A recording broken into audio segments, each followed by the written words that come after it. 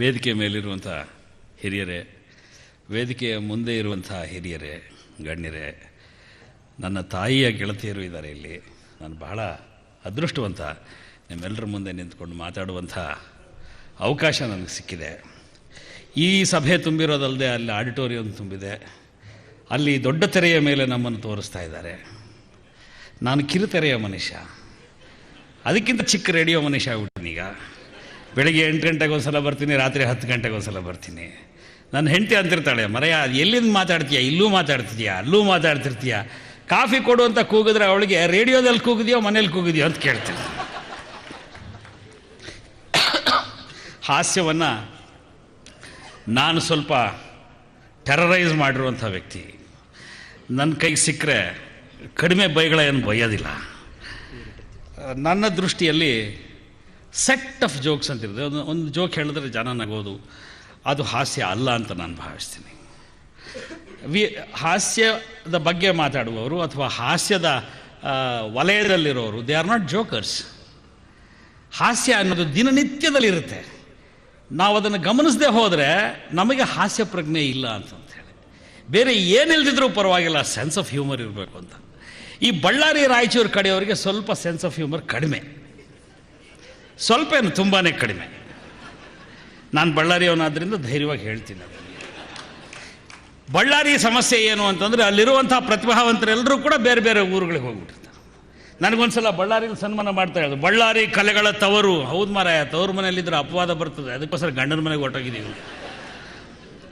ಈ ಬಳ್ಳಾರಿ ರಾಯಚೂರಿನ ಜನಕ್ಕೆ ಜೋಕ್ ಮುಗೀತು ಅಂತ ಹೇಳದೇ ಇದ್ರೆ ನಗಲ್ಲ. ಎಲ್ಲ ಹೆಣ್ಮಕ್ಳು ಒಂದು ಸಲ ಬ್ರಹ್ಮನ ಹತ್ರ ಹೋಗಿ ವಿನಂತಿ ಮಾಡಿದ್ರಂತೆ, ಹೆರಿಗೆ ನೋವು ನಮಗೆ ಯಾಕೆ ಬರಬೇಕು, ಆಲ್ಟರ್ನೇಟಿವ್ ಆಗಿ ನಮ್ಮ ಗಂಡಂಗೂ ಒಂದು ಸಲ ಬರಲಿ ಅಂತ. ಭಾಳ ಸಂತೋಷ ಅಂತ ವರ ಕೊಟ್ಟ ದೇವರು. ಆಕೆಗೆ ಹೆರಿಗೆ ಟೈಮು, ಗಂಡ ಕಾಯ್ತಾ ಇದ್ದಾನೆ, ನೋವು ಬಂದಿದ್ದು ಡ್ರೈವರ್ಗೆ. ಬಳ್ಳಾರಿಯವ್ರಿಗೆ ಅರ್ಥ ಆಗೋದಿಲ್ಲ. ಹಾಂ ಆಯಿತು, ಮುಂದೆ. ಆಮೇಲೆ ನೀವು ನಮ್ಮವ್ರು ಮಾತಾಡೋದು ನೋಡಿ, ಬಳ್ಳಾರಿಯವ್ರು ಮಾತಾಡ್ತಿರ್ತಾರೆ, ಅದು ಯಾಕೆ ಹಂಗೆ ಮಾತಾಡ್ತಾರೆ? ನಾನು ಎಷ್ಟು ಸಲ ಕೇಳಿದೆ, ರಸ್ತೆಯಲ್ಲಿ ಹೋಗ್ತಿರ್ತಾರೆ, ನಿಮ್ಮ ಮನೆಗೆ ಹೋಯ್ತಪ್ಪ, ನೀನು ಹೆಂಡತಿ ಕಟ್ಟಿ ಮೇಲೆ ಕುಂತ್ಕೊಂಡಿದ್ಲು, ಇಲ್ಲಣ್ಣ ಅಂತಂದ್ಲು ಅಂತ. ಇಷ್ಟು ಜೋರು ಕಿರ್ಚಿ, ಪರ್ಸ್ನಲ್ ಥಿಂಗ್ಸ್ನು ಕೂಡ ಅಷ್ಟೇ ಜೋರು ಕಿರ್ಚಿ ಮಾತಾಡ್ತಿದ್ರು. ಯಾಕೆ ಸ್ವಾಮಿ ಅಂತಂದೆ. ಅವ್ರು ಡಾಕ್ಟ್ರು ಭಾಳ ಚೆನ್ನಾಗಿ ಹೇಳಿದ್ರು, ಆ ಬಿಸಿಲಿಗೆ ಗಂಟ್ಲಿನ ಪಸೆ ಆರುತ್ತಾದ್ರಿಂದ ಕಿರ್ಚಿ ಮಾತಾಡಬೇಕಾಗತ್ತೆ ಅಂತಂದು. ಕಿರ್ಚಿ ಮಾತಾಡದೆ ಹೋದರೆ ಅರ್ಥವಾಗಲ್ಲ, ಅವ್ರ ಮೆತ್ತಗೆ ಮಾತಾಡಲ್ಲ. ಸಾಮಾನ್ಯವಾಗಿ ನನ್ನ ಹಾಸ್ಯದ ಪರಿಧಿಗೆ ಪದೇ ಪದೇ ಸಿಗೋರು ಈ ರಾಷ್ಟ್ರವನ್ನು ಅದೃಷ್ಟವಶಾತ್ 10 ತಿಂಗಳು ಆಳದಂಥ ದೇವೇಗೌಡರು.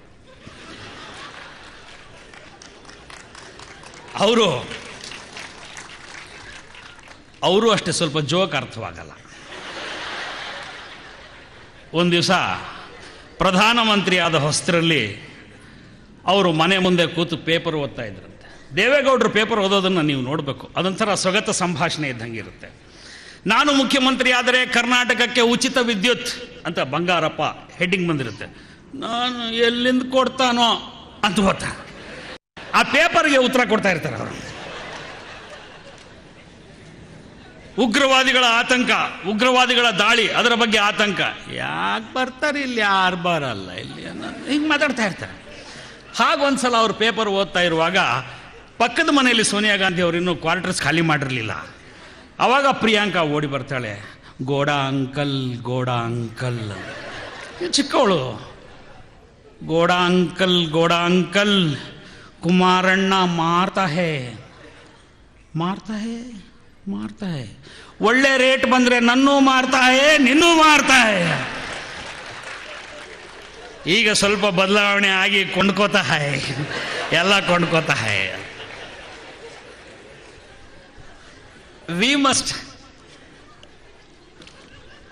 ನಾವು ನಮ್ಮ ರಾಷ್ಟ್ರ ನಾಯಕರನ್ನು ನೋಡಿ ನಗದೇ ಇದ್ದರೆ ಹೇಗ್ರಿ? ನಮ್ಮ ರಾಷ್ಟ್ರ ನಾಯಕರನ್ನು ನೋಡಿ ನಗಬೇಕು, ನಮ್ಮ ಕೌನ್ಸಿಲರ್ಸ್ ನೋಡಿ ನಗಬೇಕು, ನಮ್ಮ ಶಾಸಕರನ್ನು ನೋಡಿ ನಗಬೇಕು. ಅವ್ರು ನಿಜವಾಗ್ಲೂ ನಗಲಿಕ್ಕೆ ಮಾತ್ರ ಯೋಗ್ಯರು, ಹಾಸ್ಯಕ್ಕೆ ಅಪಹಾಸ್ಯಕ್ಕೆ ಮಾತ್ರ ಅರ್ಹರು ಅಂತ 12 ವರ್ಷ ಹಾಯ್ ಬೆಂಗಳೂರು ನಡೆಸಿ ಈ ತೀರ್ಮಾನಕ್ಕೆ ಬಂದಿದ್ದೀನಿ. ಅವರನ್ನು ಬೈದರೆ ಉಪಯೋಗವೇ ಇಲ್ಲ ಅಂತ. ಮಾಸ್ಟರ್ ಹಿರಣ್ಣನವ್ರು ಬಾಯಿಗೆ ಸಿಕ್ಕಂಗೆ ಬೈದರು, 30-40 ವರ್ಷದಿಂದ ಬೈದರು, ಅವ್ರೇನು ಸರಿ ಹೋಗ್ಲಿಲ್ವೇ? ಮತ್ತು ಅವ್ರನ್ನ ಬೈಯೋದೇನಿದೆ? ಅದರ ಬದಲು ಅವ್ರು ನೋಡಿ ನಕ್ಕು ಬಿಟ್ರೆ ಸಾಕಲ್ವ, ಮನಸ್ಸಿಗೆ ಸ್ವಲ್ಪ ನೆಮ್ಮದಿ ಆದರೂ ಆಗ. ನನಗೆ ಈ ಹಾಸ್ಯೋತ್ಸವದ ಬಗ್ಗೆ ಈ ಖಂಡಿತವಾಗಿ ಇಷ್ಟು ದೊಡ್ಡ ಲೆವೆಲ್ ಸ್ಕೇಲಲ್ಲಿ ನಡೆಯುತ್ತೆ ಅಂತ ಗೊತ್ತಿರಲಿಲ್ಲ. ಇಷ್ಟು ದೊಡ್ಡ ಸ್ಕೇಲಲ್ಲಿ ನಡೆದರೂ ಕೂಡ ವಿವಾದಗಳೇ ಇಲ್ವಲ್ಲ ರಾಮಮೂರ್ತಿಗಳೇ. ಇಷ್ಟೊತ್ತಿಗೆ ಚಂಪಾ ಇದ್ದಿದ್ರೆ 30 ಹೇಳಿಕೆ ಕೊಟ್ಟರು ಅವರು. ಚಂಪಾ ಬಗ್ಗೆ ಒಂದು ಅದ್ಭುತವಾದಂಥ ಜೋಕಿದೆ, ಹೇಳ್ತೀನಿ ಕೇಳಿ. ಅವ್ರನ್ನ ಯಾರೋ ಒಬ್ಬರು ಸಭೆಯಲ್ಲಿ Champa has a very sharp tongue. ತುಂಬ ಅದ್ಭುತವಾದ ಸೆಟೈರ್ ಇರುವಂಥ ಮನುಷ್ಯ, ಭಾಳ ಕ್ರಿಯಾಶೀಲವಾದ ಮನುಷ್ಯ. ಈ ನಡುವೆ ಈ ಕಸ ಇದಕ್ಕೆ ಬಿದ್ದು ಮೈ ತುಂಬ ಕಸ ಮಾಡ್ಕೊಂಡಿದ್ದಾರೆ. ಅವರು ಒಂದ್ಸಲ ಮಾತಾಡ್ತಾ ಅವ್ರನ್ನ ಯಾರೋ ಒಬ್ರು, ಇವರು ಕನ್ನಡದ ಹುಟ್ಟು ಹೋರಾಟಗಾರರು ಅಂತ. ಇಲ್ರಿ, ಹುಟ್ಟು ಹೋರಾಟಗಾರ ಅಲ್ಲ ನಾನು, ಯಾರೋ ಇಬ್ಬರು ಹೋರಾಟಕ್ಕೆ ನಾ ಹುಟ್ಟಿದ್ದೀನಿ ಅಂತ. ಅದಕ್ಕೆ ನಾವು ತಮಾಷೆ ಮಾಡ್ತೀವಿ, ನಿಮ್ಮ ಅಪ್ಪ ಅಮ್ಮನ ಹೋರಾಟ ಅಂತ ಅಂದ್ಕೊಂಡಿದ್ವಿ, ಯಾರೋ ಇಬ್ಬರು ಅಂತ ಇವತ್ತು ಗೊತ್ತಾಯ್ತು. ಹೇಗೆ ಹಾಸ್ಯ ಅನ್ನೋದು ಅಲ್ಲಲ್ಲೇ ಹುಟ್ಕೊಳ್ಳುತ್ತೆ ನೋಡಿ. ಸರ್ದಾರ್ ಖುಷ್ವಂತ್ ಸಿಂಗ್ ನನ್ನ ಗುರುಗಳು. ನಾನು ಯಾವಾಗ ಹೋದರೂ ಅವ್ರ ಮನೆಗೆ ಹೋಗ್ತಿರ್ತೀನಿ, ಅವರಿಗೆ ನನ್ನ ಸೇವೆಯನ್ನು ಮಾಡ್ತಿರ್ತೀನಿ. ಅವ್ರು ಇಲ್ಲಿಗೆ ಬಂದರೆ ಕರೆಸ್ತಾರೆ. ನನ್ನನ್ನು ಬಹಳ ಪ್ರೀತಿಯಿಂದ ನೋಡುವಂಥ ನನ್ನ ಹಿರಿಯರು 96ನೇ ವಯಸ್ಸಿನಲ್ಲೂ ಎಂಥ ಅಗಾಧವಾದ ಸೆನ್ಸ್ ಆಫ್ ಹ್ಯೂಮರ್ ಇಟ್ಕೊಂಡಿದ್ದಾರೆ. ಅವರು ಒಂದು ಜೋಕನ್ನು ನನ್ನ ಪತ್ರಿಕೆ ಬಿಡುಗಡೆ ಫಸ್ಟ್ ಇಯರ್ ಆ್ಯನಿವರ್ಸರಿ ಸೆಲೆಬ್ರೇಷನ್ಸಿಗೆ ಬಂದಾಗ ಅವ್ರು ಹೇಳಿದರು, one Sardarji got into the train. ಒಬ್ಬ ಸರ್ದಾರ್ಜಿ ಒಂದು ಟ್ರೈನ್ ಹತ್ಕೋತಾನೆ, ಆ ಬರ್ತ್ ಮೇಲ್ಗಡೆ ಇನ್ನೊಬ್ಬ ಸರ್ದಾರ್ಜಿ ಇರ್ತಾನೆ. ಅವನು ತಿಂಡಿ ತರಿಸ್ತಾನೆ, ತಿಂಡಿ ತಂದ, ತಿಂಡಿ ಕೊಟ್ಟ ಅವನು. ಹುಡುಗ ಕೊಟ್ಟ ಮೇಲೆ, ಭಾಯ್ ಸಾಬ್ ಮೇರಾ ಬಿಲ್ ಬಿಲ್ ಕೈಸಾ ಬಿಲ್, ಪತಾ ನಹೀ ಮೈ ಕೌನ್ ಹೂँ. अच्छा आप कौन है? नेता हूँ, नेता, लीडर हूँ. अच्छा आप लीडर है, माफ़ कीजिए ವಾಪಸ್. ಮಧ್ಯಾಹ್ನ ಊಟ ತರಿಸ್ದ, ಬಿಲ್ ಕೇಳಿದ್ರೆ ಮೈ ಕೌನು, ನೇತಾ ಹೂँ ನೇತಾ. ಹೀಗೆ ಇಡೀ ಪ್ರಯಾಣ ತುಂಬ ಉದ್ರಿ ಊಟ ಆಯಿತು, ಉದ್ರಿ ತಿಂಡಿ ಆಯಿತು, ಎಲ್ಲ ಆಯಿತು. ಇದನ್ನು ಇನ್ನೊಬ್ಬ ಸರ್ದಾರ್ಜಿ ನೋಡಿದ, he felt it's a wonderful idea, why do I do this, why not I do this ಅಂತಂದವನೇ ನೆಕ್ಸ್ಟ್ ಟೈಮ್ ಹತ್ಕೊಂಡ ಟಿಕೆಟೇ ತಗೊಳ್ಳಿಲ್ಲ ಅವನು. ಆದರೆ ಎಲ್ಲ ಕಡೆ ಚಲಾವಣೆ ಆದ. ಏನಂತ, ಮೈ ನೇತಾ ಹೂ ನೇತಾ ಅಂತ ಹೇಳ್ದ, ಎಲ್ಲ ಫೈನ್. ಇನ್ನೇನು ಇಳಿಬೇಕು ಅಷ್ಟರೊಳಗೆ ಟಿಕೆಟ್ ಕಲೆಕ್ಟರ್ ಹತ್ಕೋತಾನೆ. Incidentally he was also a Sardarji. ಆ ಸರ್ದಾರ್ಜಿ ಈ ಸರ್ದಾರ್ಜಿ ನೋಡಿ, ಟಿಕೆಟ್ ಕಹಾ, ಟಿಕೆಟ್ ಕೈಸಾ ಟಿಕೆಟ್ ಪೂछता है, पता नहीं मैं कौन हूँ, मैं नेता हूँ नेता. And the ticket collector Sardarji asked, आपका नाम क्या है? He was not prepared for this. ಇಲ್ಲಿವರೆಗೂ ಯಾರು ಕೇಳೇ ಇರಲಿಲ್ಲ ಅವನ್ನ. ಮೇರಾ ನಾಮ್ ಕ್ಯಾ ಹೈ? ಮೇರಾ ನಾಮ್ ಇಂದಿರಾ ಗಾಂಧಿ. ಇವನು ಕೈಲಿದ್ದಂತ ರಪ್ ಅಂತ ಕೆಳಗೆ ಬಿಸಾಕಿ, ಮಾಫ್ ಕೀಜಿಯೇ, ನಾಮ್ ಬಹುತ್ ಸುನಾ ಥಾ, ದರ್ಶನ್ ಆಜ್ ಹುವಾ ಅಂತ.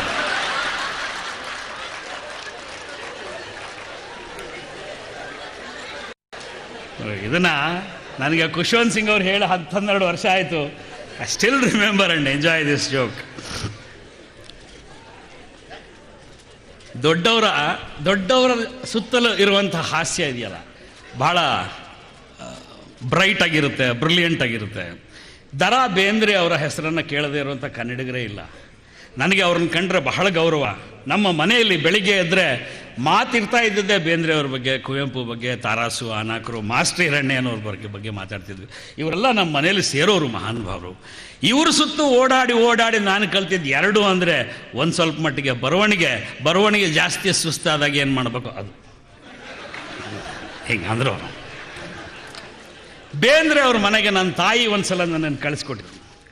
ಅವ್ರ ಮನೆಗೆ ಹೋಗಪ್ಪ, ಆಲ್ ಇಂಡಿಯಾ ರೇಡಿಯೋಗೆ ಅನೌನ್ಸ್ಮೆಂಟ್ ಬಂದಿತ್ತು, ಅನೌನ್ಸರ್ ಪೋಸ್ಟ್ಗೆ ಕೆಲಸ ಖಾಲಿ ಇದೆ, ಅವ್ರನ್ನ ಕೇಳು, ಅವ್ರು ಕೆಲಸ ಕೊಡಿಸ್ತಾರೆ ಅಂತ.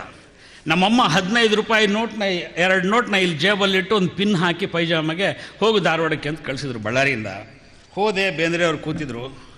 ಹಿಂಗ್ರಿ, ನಾನು ಬೆಳಗೆರೆ ಪಾರ್ವತಮ್ಮ ಅವ್ರ ಮಗ. ಹೌದೇನು, ಬಾ ಕೂಡು. ಏನು ಬಂದಿ ಅಂತಂದರು. ಸರ, ಮತ್ತೆ ಆಲ್ ಇಂಡಿಯಾ ರೇಡಿಯೋದೊಳಗೆ ಒಂದು ಅನೌನ್ಸರ್ ಪೋಸ್ಟ್ ಖಾಲಿ ಅದ. ಹೌದೇನು, ನಾ ಏನು ಮಾಡಲಿ ಅದಕ್ಕೆ? ಇಲ್ರಿ, ನೀವು ಒಂದು ಮಾತು ಹೇಳಿದರೆ ನನಗೆ ಆ ನೌಕರಿ ಸಿಗ್ತದೆ. ಸಿಗ್ತದೆ ರೀ, ಮತ್ತು ನೀವು ಹೇಳಿದ್ರೆ ಸಿಗ್ಲಾರ್ದೇನು? ಅವ್ರು ಕೇಳಲಿ, ನಾ ಹೇಳ್ತೀನಿ. ಅವ್ರೇನು ರೇಡಿಯೋದಲ್ಲಿ ಕೇಳ್ಬೇಕಾ? ಇವ್ರು ರೇಡಿಯೋಗೆ ಹೇಳ್ತಾರ? Bendre had such A sharp sense of humour. ಅವರಿಗೆ ಒಂದು ದಿವಸ ಒಂದು ಸಭೆಯಲ್ಲಿ ಒಬ್ಬ ಪ್ರೊಫೆಸರ್ ಅವ್ರ ಹತ್ರ ಹೋಗಿ, ಬೇಂದ್ರೆ ಅಜ್ಜ ಅವರ ಮತ್ತು ನಿಮ್ಮ ಕಾವ್ಯ ಹೆಂಗೆ ಓದಬೇಕು ಆ ನ್ಯಾಕ್ ನನಗೆ ಅರ್ಥ ಆಗಿದೆ. ಹೌದು, ಏನು ಅರ್ಥ ಆಗಿದೆ ನನಗೆ? ಹಿಂಗಲ್ಲಿ ನೋಡ್ರಿ, ನಿಮ್ಮ ಕಾವ್ಯದೊಳಗಿನ ತಾಕತ್ತೇನದ, ಆ ಹೈಟ್ಸ್ ಏನವ, ಅವು ಬೇರೆಯವ್ರ ಕಾವ್ಯದೊಳಗಿಲ್ಲ. ಕವಿ ಹೊಗಳಿಕೆಯನ್ನು ಬಹಳ ಇಷ್ಟಪಡ್ತಾನೆ. ಆ ಹೊಗಳಿಕೆ ಬಹಳ ನೈಜವಾಗಿರಬೇಕು. ನಾನು ಬರೆದದ್ದು ನಿಮಗೆ ನೆನಪಿದ್ರೆ ಅದನ್ನು ಹೇಳ್ರಿ. ಸುಮ್ಮನೆ ಕೆಲವರು ಹೋಗಿರ್ತಾರೆ, ಮೊನ್ನೆ ಎಷ್ಟು ಚೆನ್ನಾಗಿ ಬರೆದಿದೆ ಸರ್, ಮೊನ್ನೆ ಬರೆದಿದ್ದಂತೂ ಅದ್ಭುತ ಅಂತ. ಯಾವುದು? ಅದೇ ಮೊನ್ನೆ ಬರೆದ್ರಲ್ಲ ಸರ್, ಅದು ಯಾವುದು? ಅಯ್ಯೋ 2 ಸಲ ಓದಿದೆ ಸರ್, ನನ್ನ ಹೆಂಡ್ತಿಗೂ ಹೇಳಿದೆ ಓದೆ ಅಂತ, ಮಕ್ಕಳಿಂದ ಬಂದಿಲ್ಲ, ಬಂದು ಕೂಡಲೇ ಹೇಳೋಣ ಅಂತಿದ್ದೀನಿ. ಅದೇ ಯಾವುದೋ ಸರ್ ಅದು. ಹಾಗೆ ಹೊಗಳಬಾರ್ದು ಯಾರನ್ನು. ಬೇಂದ್ರೆ ಅವರಿಗೆ ಹಾಗೆ ಹೊಗಳಿದ್ರೆ ತುಂಬ ಸಿಟ್ಟು ಬಂದ್ಬಿಡೋದು. ಕಾವ್ಯದೊಳಗೆ ಹೈಟ್ಸ್ ಇಲ್ಲ, ಇನ್ನೊಬ್ಬರು ಕಾವ್ಯದೊಳಗೆ ಅಂದ್ಯಲ್ಲ, ಆ ಇನ್ನೊಬ್ರು ಯಾರು ಅಂದು ಹೇಳು. ಇವರಿಗೆ ತಕ್ಷಣಕ್ಕೆ ಏನು ತೋಚಲಿಲ್ಲ. ಉದಾಹರಣೆಗೆ ಸರ್ ಚನ್ವೀರ್ ಕಣಿವೆಯವರು, ಅಲ್ಲೋ ಅವನ ಹೆಸರೇ ಕಣಿವಿ, ಅದರೊಳಗೆ ಹೈಟ್ಸ್ ಎಲ್ಲಿಂದ ಬರ್ತಾವು? Bendre really really wonderful, great. ಒಂದು ದಿವಸ ರಾಮಮೂರ್ತಿ ಅವರೇ ಟೈಮ್ ಎಚ್ಚರಿಸ್ಬೇಕು, ಇನ್ನೂ ಆಯುಷ್ಯ ಇದೆ. ಒಂದು ದಿವಸ ನನ್ನ ಸ್ನೇಹಿತರಾದಂಥ ಇಟಗಿ ಈರಣ್ಣ ಅನ್ನೋರು ಬೇಂದ್ರೆ ಅವ್ರನ್ನ ಬುಕ್ ಮಾಡೋಣ ಅಂತ. ಇದು ನೋಡಿ, ಬೇಂದ್ರೆ ಅವರ ಬುಕ್ ಮಾಡೋಣ ಬೇರೆ, ಬೇಂದ್ರೆ ಅವ್ರನ್ನ ಬುಕ್ ಮಾಡೋಣ ಅಂತ. ಅವ್ರ ಕಾಲೇಜಿಗೆ ಚೀಫ್ ಗೆಸ್ಟಾಗಿ ಕರಿಬೇಕು ಅಂತ. ಬೇಂದ್ರೆ ಅವ್ರ ಮನೆಗೆ ಹೋದ ತಕ್ಷಣ ಒಂದು ಸಮಸ್ಯೆ ಏನಾಗೋದು ಅಂದರೆ, ಕೈಗೆ ಸಕ್ಕರೆ ಹಾಕೋರು. ಒಂದು ಚಮಚ ಸಕ್ಕರೆನ ಕೈಗೆ ಹಿಂಗೆ ಕೊಡೋರು. ಅದನ್ನು ಹಿಂಗೆ ತಿನ್ನೋಕ್ಕಾಗಲ್ಲ ಅವ್ರ ಎದುರಿಗೆ, ಕರಮ್ ಅಂತ ತಿನ್ನೋಕೆ ಇದಾಗುತ್ತೆ.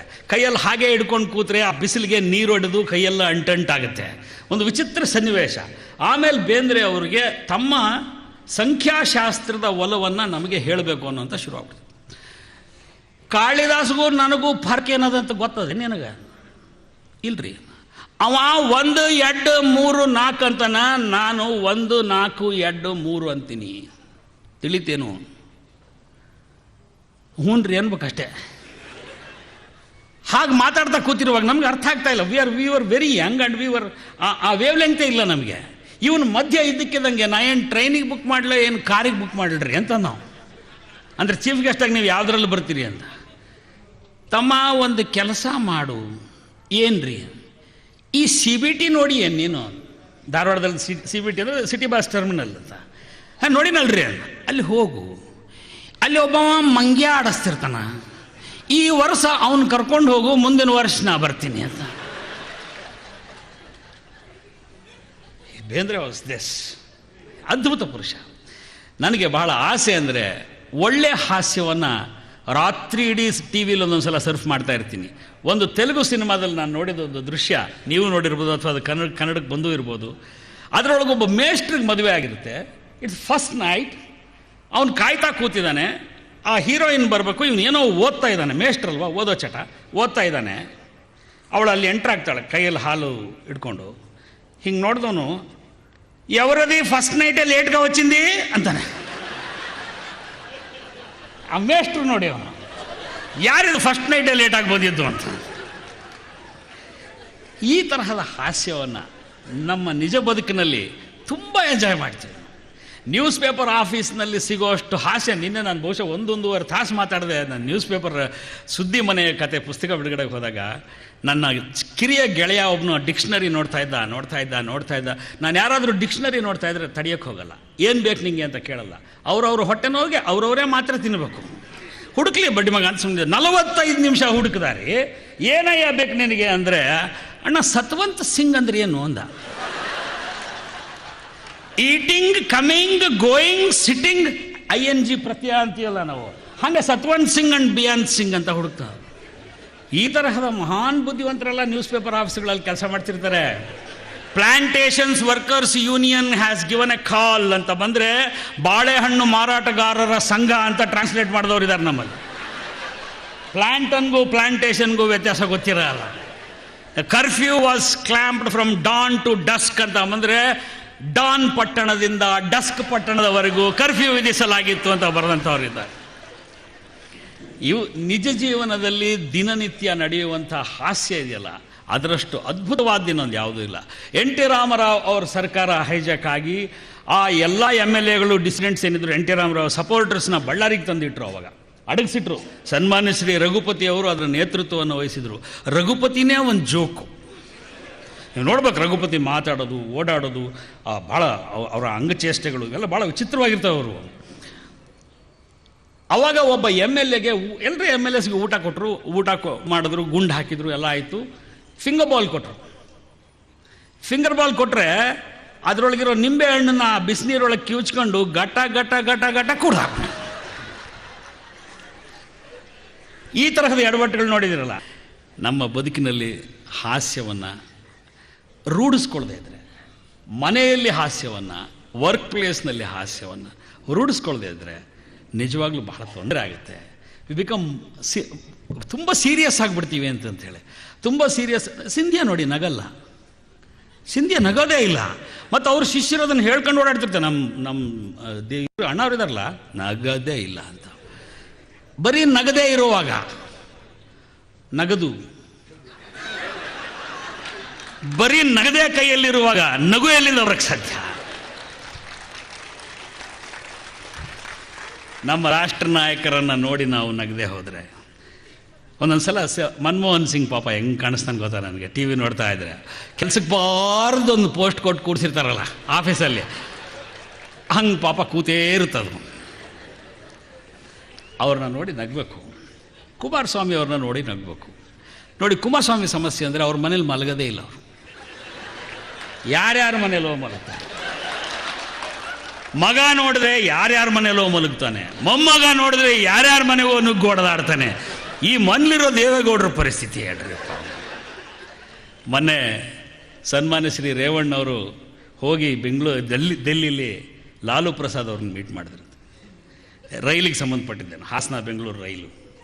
ಈ ಹಾಸನದ ಬಗ್ಗೆ ರೇವಣ್ಣ ಅವರಿಗೆ ಎಷ್ಟು ವ್ಯಾಮೋಹ ಅಂದರೆ, ಕರ್ನಾಟಕ ರಾಜ್ಯಕ್ಕೆ ನೇಣಾಕ್ಕಳಕ್ಕೆ ಅಂತೇಳಿ 1,000 ಹಗ್ಗಗಳನ್ನು ಮಂಜೂರು ಮಾಡಲಾಗಿದೆ ಅಂತ ಕ್ಯಾಬಿನೆಟ್ ಮೀಟಿಂಗಲ್ಲಿ ಹೇಳಿದ್ರೆ, ಒಳ ನರಸೀಪುರಕ್ಕೆ ಒಂದು 500 ಕೊಡಿ ಅಂತ.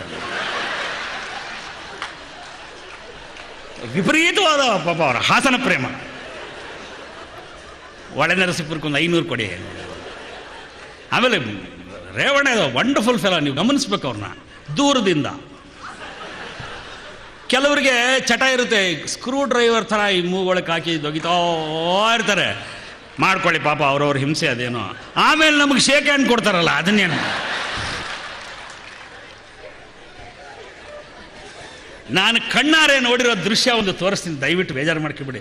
ನನಗೆ ಯಾರ ಬಗ್ಗೆನೂ ಶತ್ರುತ್ವ ಇಲ್ಲ, ಇವರನ್ನು ನಗೋದಕ್ಕೆ ಮಾತ್ರ ಲಾಯಕು ಅಂತ ತೀರ್ಮಾನ ಮಾಡಿದ್ದೆ.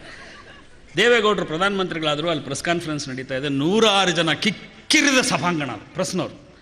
ಅವರು PM ಆಗಿದ್ದಾರೆ ನಮ್ಮ ಕನ್ನಡಿಗರೊಬ್ಬರು ಅಂತೇಳಿ ನಾವು ಸೆಲೆಬ್ರೇಟ್ ಮಾಡ್ತಾ ಇದ್ವಿ. ಲಾಸ್ಟ್ ರೋ ಅಲ್ಲಿದ್ದಂಥ ಒಂದು ಪ್ಲಾಸ್ಟಿಕ್ ಚೇರ್ ಮೇಲೆ ರೇವಣ್ಣವ್ರು ಹಿಂಗೆ ಎತ್ಕೊಂಡು ನೋಡ್ತಾ ಇದ್ದಾರೆ.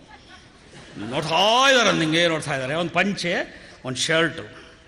ನೆಕ್ಸ್ಟು ಪಟೇಲ್ರು ಗೌರ್ಮೆಂಟ್ ಬರೋದು ಅಂತ ಗ್ಯಾರಂಟಿ ಆಯಿತು. ಇವರು ತಕ್ಷಣ ಡ್ರೆಸ್ ಚೇಂಜ್ ಮಾಡಬೇಕು. ಲೋಬನ್ ಬೈಲೆ ಅಂತಂದರು.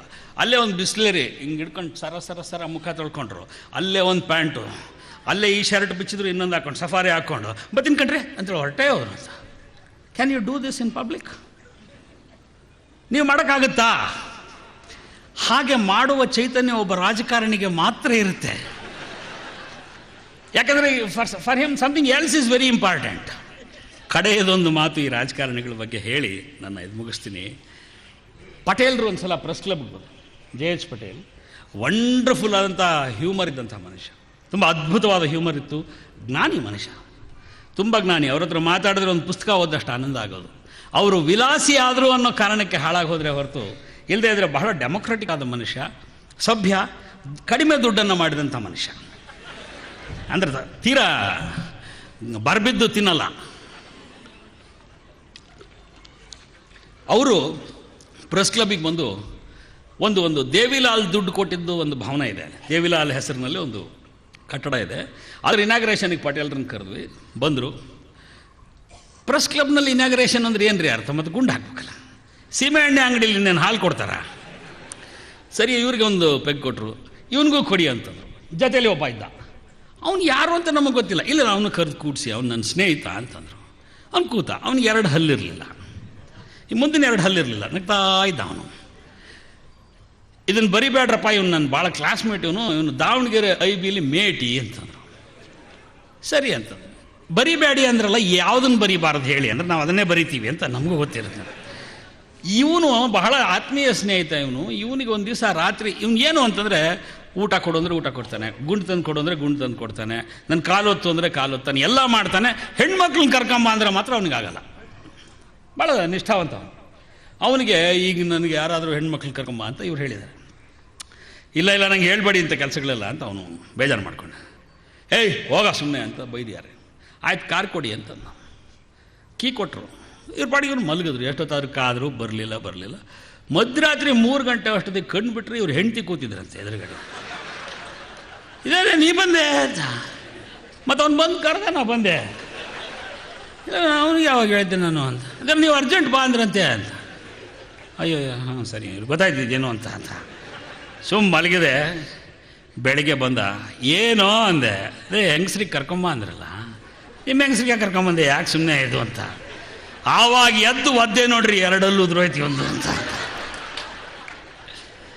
At least Patel had the frankness to accept things. ಮುಕ್ತವಾಗಿ ಅದನ್ನು ಹೇಳೋಕ್ಕೆ ಅವರಿಗೆ ಆ ಹೃದಯ ಇತ್ತು. ಇಷ್ಟೊತ್ತು ನಾನು ಮಾತಾಡಿದ್ದೀಯಲ್ಲ ರಾಜಕಾರಣಿಗಳು, ನಾನೆಲ್ಲ ಬರೀ ಸುಳ್ಳು ಹೇಳಿದ್ದೀನಿ, ದಯವಿಟ್ಟು ಕ್ಷಮಿಸಿ. ರೇವಣ್ಣವ್ರು ಮೂಗಲ್ ಕೈ ಹಾಕಲ್ಲ, ಕುಮಾರಣ್ಣವರು ಮಾರ್ತಾ ಹೇ ಖರೀದ್ತಾ ಹೇ, ಎರಡೂ ಸುಳ್ಳು. ಗೆಳೆಯರೇ, ನನಗೆ ದೊಡ್ಡ ಸಂತೋಷ ಅಂದರೆ ದಿನನಿತ್ಯ ಹೆಣ ತೋರಿಸೋನು ನಾನು. ರಾತ್ರಿ ಆಯಿತು ಅಂದರೆ ಒಂದು ಹೆಣ ಎತ್ಕೊಂಡೇ ಬರ್ತೀನಿ. ಯಾರ ಮನೇಲಿ ಬರ್ತ್ಡೇ ಆದರೂ ನನ್ನನ್ನೇನು ಕರೆಯಲ್ಲ. ಎಲ್ಲಿ ಹೆಣ ಬಿದ್ದರೂ ಫೋನ್ ಮಾಡಿರಿ ರವಿ ಬೆಳಗೆರೆಗೆ ಅಂತಲೇ ಅಂತೀರಿ. ಆದರೂ ಇಷ್ಟು ಜನ ನೀವು ಸೇರ್ತೀರಿ ಅಂತ ನನಗೆ ಗೊತ್ತಿರಲಿಲ್ಲ. ಹಿರಿಯರಿದ್ದೀರಿ, ಹೆಣ್ಣುಮಕ್ಕಳಿದ್ದೀರಿ, ನನ್ನ ತಾಯಿಯ ಪ್ರಾಯದವರಿದ್ದೀರಿ, ಅಣ್ಣಂದರಿದ್ದೀರಿ, ವಿದೇಶದಿಂದ ಬಂದಂಥವರಿದ್ದೀರಿ. ನಾನು ಕಾರ್ ಹೇಳಿದ ತಕ್ಷಣ ರಾಮಮೂರ್ತಿಯವರು ಓಡಿ ಬಂದರು. ನಾನು ಹೇಳಿದೆ, ರಾಮಮೂರ್ತಿಗಳು ಎಷ್ಟು ವಯಸ್ಸು ನಿಮಗೆ ಅಂದ. 56 ಅಂತಂದರು. ನನಗೆ ಬಹಳ ಆಶ್ಚರ್ಯ. ನನಗಿನ್ನೂ 48. ಆರಾಮಿತ್ರ ಅವರು ಹುಡುಗ ಅಂದ ಕೂಡಲೇ ನನಗೆ ಎಷ್ಟು ಸಂತೋಷ. ನನ್ನ ಹೆಂಡತಿ ಬಂದು ಕೇಳಿಸ್ಕೊಂಡಿದ್ರೆ ಎಷ್ಟು ಸಂತೋಷ ಆಗೋದು ಅಂತ. ಆ ಉತ್ಸಾಹ ಅವರಲ್ಲಿದೆ. ಈ ಯಜಮಾನರು ನಾನು ಕೇಳಿದ್ರು ನನಗೆ ಎಷ್ಟಿರ್ಬೋದು ಅಂತ. ಇಲ್ಲ ಸ್ವಾಮಿ, ಜೈಲಿನಲ್ಲಿ 10 ವರ್ಷ ಶಿಕ್ಷೆ ಆದರೆ ಗುಡ್ ಬಿಹೇವಿಯರ್ ಅಂಥೇಳಿ ರೆಮಿಷನ್ಸ್ ಇರ್ತವೆ. ಅಂದರೆ 10 ವರ್ಷದಿಂದ 5 ವರ್ಷಕ್ಕೆ ಶಿಕ್ಷೆನ 3 ವರ್ಷಕ್ಕೆ ಕಡಿಮೆ ಮಾಡಿರ್ತಾರೆ. ಹಾಗೆ ನಕ್ಕು ನಿಮ್ಮ ವಯಸ್ಸು 40 ಆಗಿರಬಹುದು ಅಂತಂತಂದೆ. ಅವರು 74 ನನಗೆ ಅಂತಂತಂದರು. ನಿಮ್ಮ ನಗು, ನಿಮ್ಮ ಆಯುಷ್ಯ, ನಿಮ್ಮ ಆರೋಗ್ಯ ಹೀಗೆ ಇರಲಿ ಅಂತ ನಾನು ಹಾರೈಸ್ತಾ ನನ್ನ ಮಾತನ್ನು ಮುಗಿಸ್ತಾ ಇದ್ದೀನಿ. ನಮಸ್ಕಾರ.